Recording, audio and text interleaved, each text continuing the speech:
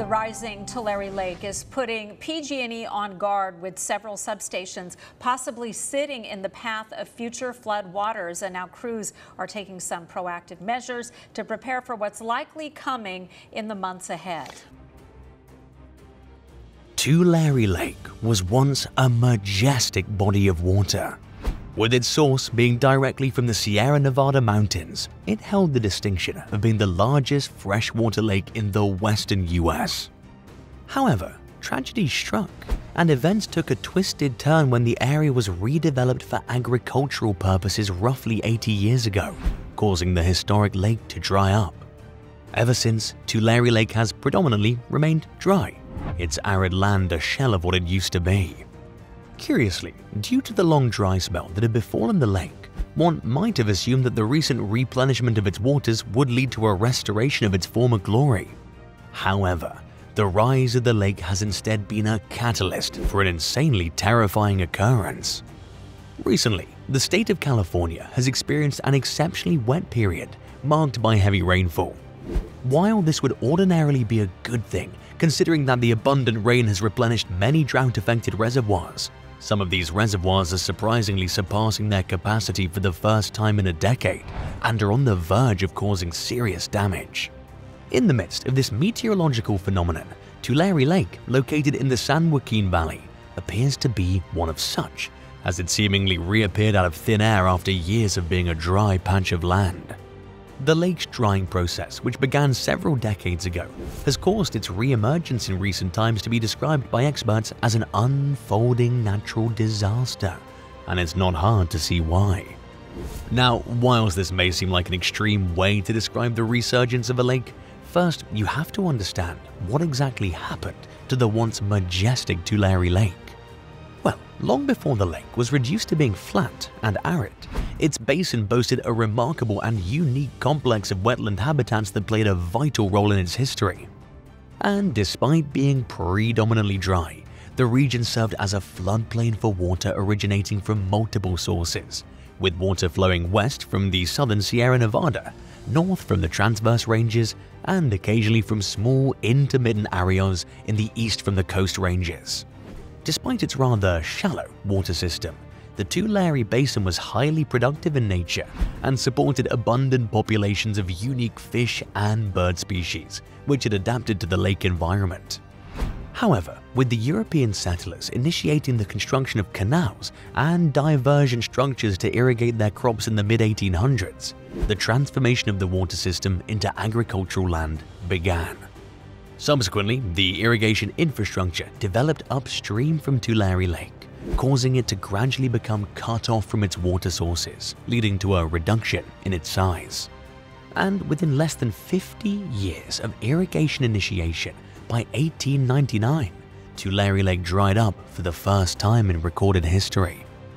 Following the disappearance of the lake, settlers hurried to claim the newly available land for farming purposes. They constructed structures that altered natural waterways in order to manage waterways and prevent flooding.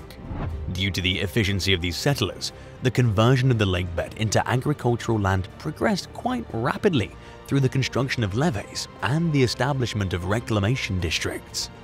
And throughout the majority of the 20th century, they managed to keep the Tulare lakebed dry. However, this luck didn't last very often, as whenever periods of heavy runoff hit, water would naturally return to the area, attracting numerous water birds that were once part of the region's rich avifauna, highlighting its significance to nature. In fact, an assistant professor at the Institute of Arctic and Alpine Research at the University of Colorado Boulder shared insights about Tulare Lake's historical significance. He described how, as a landlocked lake without a natural outlet to the sea, its water would naturally replenish groundwater reserves and evaporate, likely contributing moisture back to its source in the southern Sierra Nevada. Plus, geological evidence suggests that it was once a remnant of a much larger ancient lake that once covered a significant portion of California's Central Valley, and over time, seismic activity and erosion shaped the California landscape, causing the lake to fluctuate between draining and refilling. Locals even dubbed the lake with the appellation Ghost Lake due to its intermittent appearances during exceptionally wet seasons. Moving forward to the present, barely halfway into the year, 2023 has already witnessed a series of atmospheric rivers, bringing substantial rainfall to California throughout the winter and early spring, leading to what is now termed as the rapid re-emergence of the Lake Tulare. However, this re-emergence comes at a cost. Boasting a population of 22,000 people, Corcoran, the largest city near the lake, has reported a series of floods which has resulted in the shutting down of several routes. If that's the case in the largest city near the lake, you can only imagine what's going on in surrounding smaller cities. Well, two of the smaller communities to the south, Allensworth and Ulper, were both under evacuation orders as they were practically engulfed in water from overflowing rivers. And with the floods breaking and entering, several dairies in the region have been forced to relocate their cattle. It unfortunately doesn't help that the region has been projected to conceivably experience more flooding in the upcoming months as the Sierra Nevada snowpack melts. Plus, according to a snow survey conducted by the California Department of Water Resources, the considerable size and distribution of this year's snowpack pose significant flood risks to more areas of the state, particularly in the San Joaquin Valley. The snowpack in the Sierra Nevada mountains reached unprecedented levels in recent months due to powerful storms, with the snowpack at a remarkable 257% above the average for this time of year, and 247% larger than the typical peak snowpack observed on April 1st, according to data collected by the California Department of Water Resources in March. However, with the arrival of spring, the snowpack began to melt, presenting both benefits and challenges for the state, which has been grappling with a prolonged drought. Another professor, this time of applied geosciences, who's also an associate director of the Center for Watershed Sciences at the University of California, Davis, explained that Tulare Lake is a closed basin without a natural outlet. This is why throughout history, the lake experienced seasonal flooding, including notable occurrences such as in 1938, 1955, 1983, 1997, and even in 2017.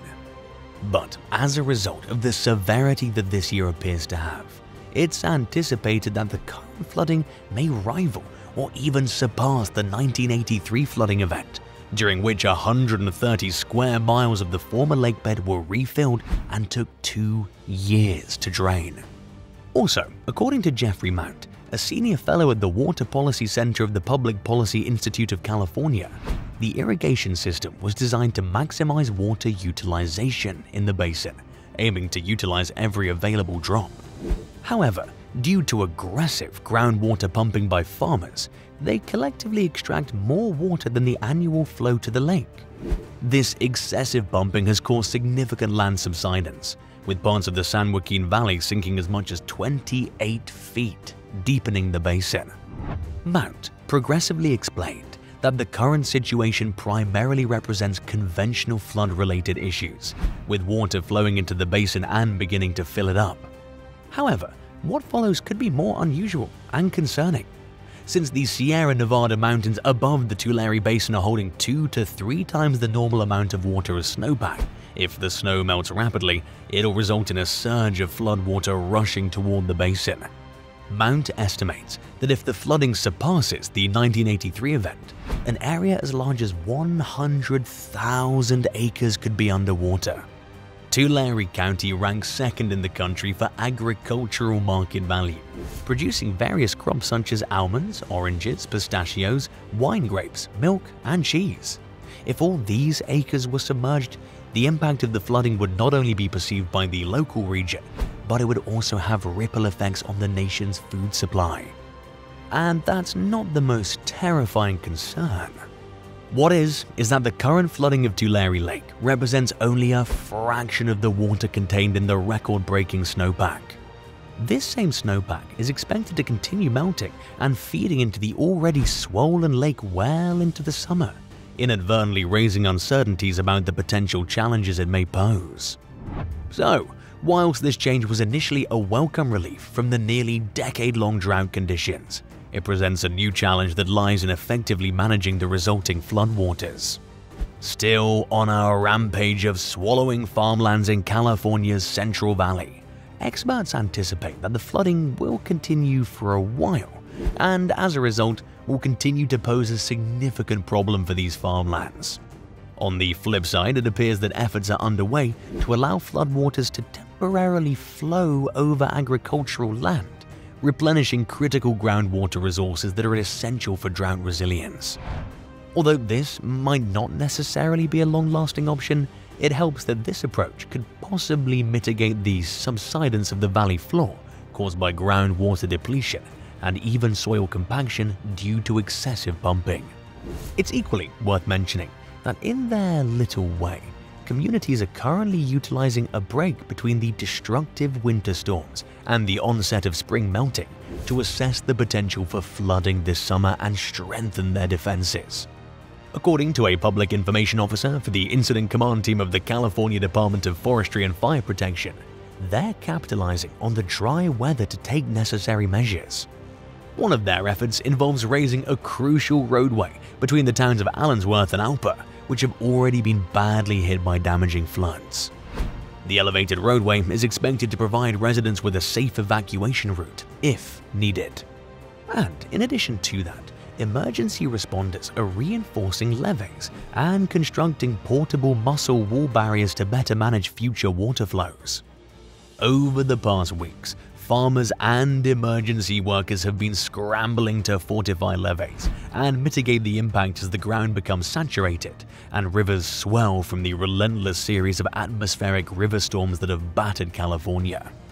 These levees haven't exactly proven to be highly successful in the mitigation process, as the flooding has breached quite a number of them. In addition to that, it's also necessitated rescues, disrupted construction sites, including those of California's high-speed rail project, and affected several communities. The surge of rivers in the area brings attention to a significant dam-related problem in California. Jeffrey Mount from earlier describes it, saying, "This is an unfolding natural disaster that progresses gradually." He emphasized that the existing infrastructure is insufficient to handle the scale of the crisis, which is one of the major issues they might face in the process of mitigation. But perhaps it might help that California officials are prepared for an extended battle against the flooding. In fact, they've readied nearly 700 individuals assigned to assist in the emergency response efforts in Tulare County alone. However, traditional methods like sandbags and super sacks are still in use, and these can only provide limited relief. The director of the California Department of Water Resources acknowledged that the current water volume in the Sierra exceeds the capacity of existing facilities. Nevertheless, the agency plans to put in efforts to mitigate the damages, but still, they acknowledge the challenges posed by the overwhelming water volume might be a difficult ratio to maneuver. In addition to this, once the water reaches the historic lakebed, there are limited options for its removal. Primarily, there'd possibly be a heavy reliance on evaporation or canal diversion, and perhaps even pumping. However, pumping is expensive and inefficient across such vast and uneven terrain. Plus, with the changes in the land's geometry due to varying subsidence levels along the lakebed, water diversion efforts would definitely be further complicated. Mount cites the example of 1983, when remnants of Tulare Lake persisted for about 2 years.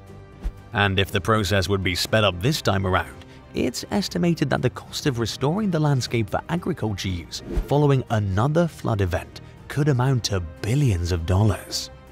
And with the process being considered expensive by the agency, there's not much the residents can do about it, especially considering most are residents of these low-income communities who often face challenges in stocking up on food and usually live paycheck to paycheck, as highlighted by a community organizer from Allensworth.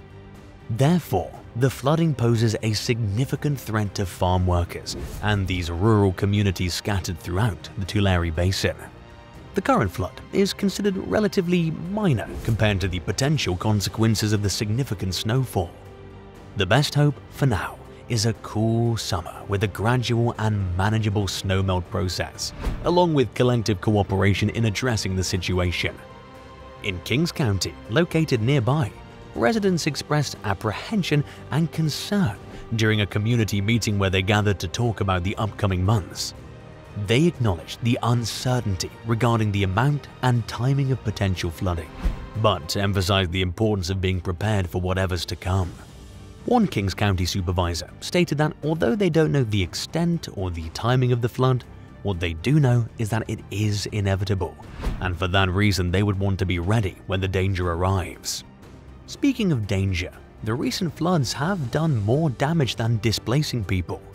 With its record-breaking waters practically bursting at its seams, the lake's been responsible for completely engulfing homes, causing hundreds of structures to be completely damaged. As a result, one can only imagine what kind of destruction awaits the property owners. Plus, it doesn't help that tensions have grown between nearby property owners, and with more waters on its way, more tensions are bound to rise. To those hoping that the next phase of the crisis would be mild and not as destructive as the first, it doesn't quite seem like that might happen any time, as according to experts, the next crisis in California's Tulare Basin will be a slow-burning ordeal that could last for months. This flooding, occurring after years of severe drought, exemplifies the unpredictable weather patterns that are characteristic of California, oscillating between periods of excessive rainfall and prolonged dry spells. With no immediate solutions in sight, residents in Allensworth have taken matters into their own hands as they face the challenges brought by the flooding. Aside from the challenge of blocking the water flow through two culverts along Highway 43 in response to rising river levels, residents also appear to be faced with the new issues of the upcoming mosquito season due to the stagnant water, emphasizing the need for mosquito repellent. Additionally, community organizers worry about the impact of the flooding on the Tulare compost facility, which has been converting sewage into fertilizer since 2016. If that area of the lake bed becomes flooded, the sewage, along with toxic heavy metals, may contaminate the water systems, including groundwater and local streams. One resident emphasizes that the fate of Allensworth will be closely tied to water in various forms, including rainfall, snowfall, and the snowpack, which will continue to be major concerns for the community over the coming months. Let us know how long you think it might take to get the lake all dried up once again in the comments.